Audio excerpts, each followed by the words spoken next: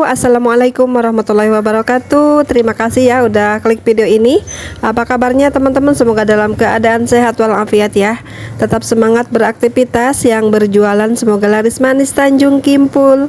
Yang beraktivitas lain semoga lancar dan sukses selalu. Kembali lagi kita share kegiatan saya hari ini di warung sembako. Di video kali ini saya mau sharing 3 hal penting untuk kita pemilik warung sembako agar usaha kita itu maju, berkembang dan sukses ya teman-teman. Ini 3 poin ini juga harus kita pahami ya teman-teman. Yang pertama itu kita jangan gengsi ya, jangan malu, jangan minder jadi penjual warung sembako ya, jadi penjual barang-barang sembako yang keuntungannya memang tipis sedikit ya. Karena banyak sekali yang bilang warung sembako rumahan, warung sembako kampung itu nggak ada untungnya gitu ya, sedikit untungnya gitu ya teman-teman. Tapi kenapa banyak yang berminat memiliki usaha ini ya kalau tidak ada untungnya teman-teman. Bahkan sekarang itu warung sembako sudah jadi usaha nomor 1 ya sepertinya ya. Karena warung sembako itu dimana-mana semenjak Krismon gitu ya, banyak yang mempunyai usaha sembako di rumah maupun di kota ataupun di desa. Sekarang itu warung sembako banyak sekali ya teman-teman. Ada yang versi modern, yang versi jadul, yang seperti saya ini. Ada juga yang masih kecil-kecilan, masih bertahap gitu ya.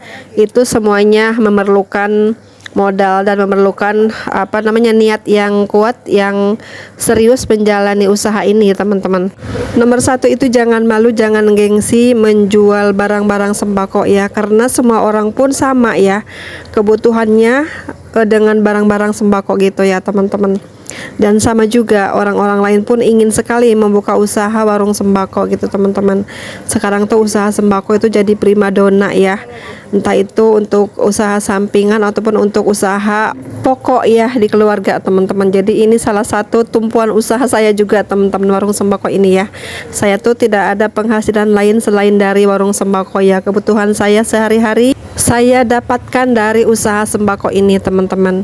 Jadi jangan malu, jangan gengsi untuk membuka usaha sembako meskipun keuntungannya sedikit-sedikit ya.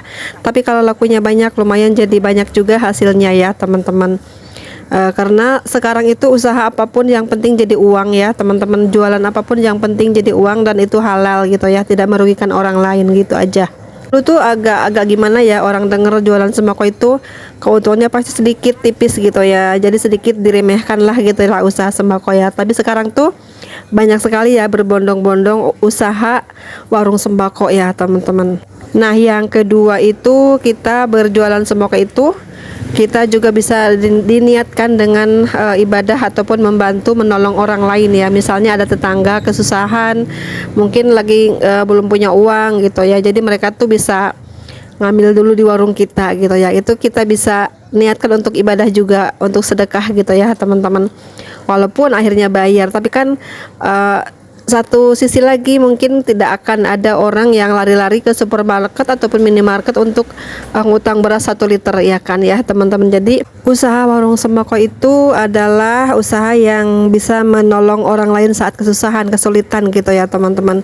Misalnya habis makan nih nggak enak banget, mulut asem, ngutang ruko deh sebatang ke warung gitu kan ya, kita kasih lah seperti itu ya teman-teman. Walaupun nantinya bayar gitu ya, harus bayar yang ngutang ya teman-teman. Dan nggak mungkin si penghutang itu lari-lari ke depan untuk mengutang rokok 1 batang gitu ya. Dan itulah salah satu keunggulannya usaha sembako teman-teman. Kita bisa melakukan apapun ya, yang baik yang buruk kita bisa lakukan dalam usaha ini ya.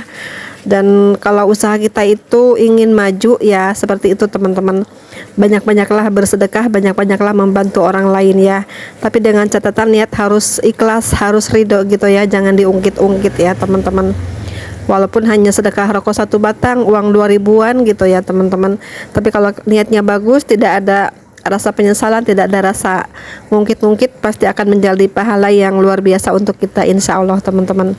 Berjualan sembako itu adalah membantu orang juga teman-teman ya. Meskipun mereka membeli, tapi kan mereka itu tidak usah jauh-jauh membeli barang-barang tersebut untuk misalnya lagi penting banget nih, urgent banget, lagi cari minyak seperapat gitu ya. ada di warung kita yang terdekat, pasti memudahkan mereka pembeli ya, tidak usah jauh-jauh membeli minyak goreng seperempat gitu teman-teman. Misalnya ada juga tetangga yang kehausan ya, lagi lewat mungkin habis pergi jalan-jalan kehausan pengen air minum dingin, di kita ada yang gopean, mereka punya uang gope misalnya kembalian angkot, jajanlah di kita 500 rupiah dapat air minum dingin, itu udah juga membantu mereka gitu ya teman-teman. Seperti itu salah satu contohnya mudahnya ya, meskipun hanya uang 500.000 tapi tetap masih bisa jajan di warung sembako ya. Mungkin kalau di supermarket, di minimarket tuh risih ya, kalau jajan hanya 500 nggak ada juga barang yang 500-an, nggak ada juga barang yang 1000-an gitu ya. Jadi warung sembako itu banyak membantu orang lain seperti itu ya. Meskipun mereka beli tapi tetap membantu mereka, istilahnya seperti itu ya, dengan uang yang recehan, yang kecil-kecil gitu ya. Tapi masih bisa bermanfaat untuk pemilik warung sembako dan untuk pemilik uangnya ya teman-teman. Beda dengan di supermarket atau di minimarket ya, kalau jajan tuh nggak mungkin ngeluarin uang 1.000 rupiah gitu ya, pasti 10.000 paling kecil, 5.000 paling kecil gitu ya teman-teman.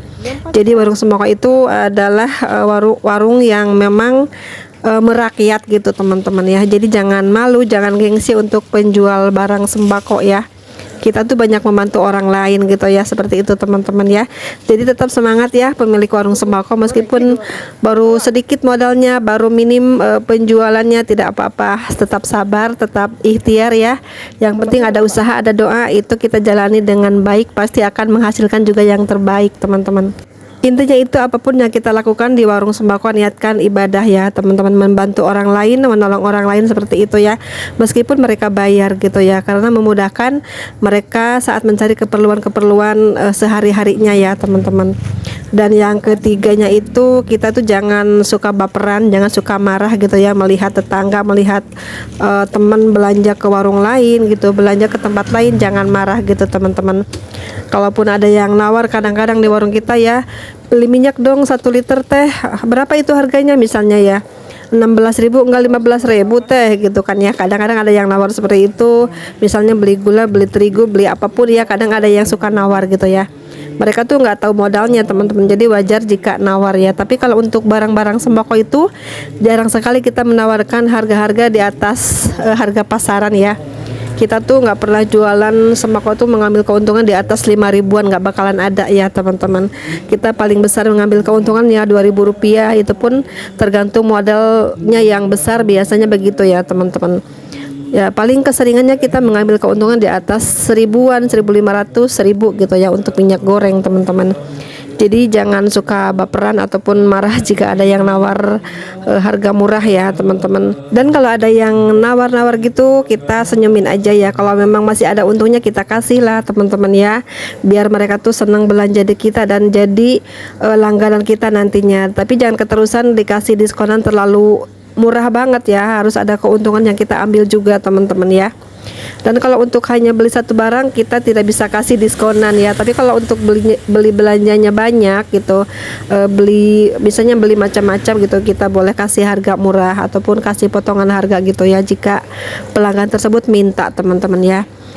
Itu juga salah satunya agar warung kita itu selalu kangenin mereka gitu. Di sana bisa nawar kok, bisa dapat harga segini gitu ya, padahal kita udah atur-atur lagi harganya. Yang penting jangan sampai rugi kitanya. Dan misalnya ada yang nawar-nawar terus nggak jadi belanja di kita, tidak apa-apa ya, anggap saja itu bukan target market kita ya teman-teman. Dan tetap kita positive thinking ya kepada para pelanggan ya, karena nantinya bakalan ada lagi yang belanja selain orang tersebut ya. Misalnya orang ini nawar murah banget, nanti ada salah satu lagi pelanggan ataupun orang lain yang lewat belanja di kita dengan memberikan harga terbaik menurutnya ya teman-teman, seperti itu. Dan tidak akan menawar-nawar lagi dengan pembelian barang-barangnya ya. Nah itulah ya teman-teman 3 poin penting yang harus kita pahami, harus kita kuasai di warung sembako seperti itu ya. Inilah salah satunya keunggulan kita pemilik warung sembako teman-teman ya. Jangan malu untuk jualan ya, karena ini membantu orang lain gitu ya. Dan warung sembako itu banyak membantu orang lain, membantu tetangga, membantu saudara, mungkin seperti itu yang saya jelaskan tadi. Dan yang ketiganya itu jangan suka baperan ya, tahan diri ya, lebih sabar lagi dalam menghadapi kenyataan hari-hari di warung sembako ya teman-teman. Oke, sekian dulu videonya ya. Terima kasih banyak sudah menonton. Mohon maaf jika ada kata-kata yang salah, mohon dimaafkan, mohon dikoreksi juga ya. Sampai jumpa di next video. Assalamualaikum warahmatullahi wabarakatuh.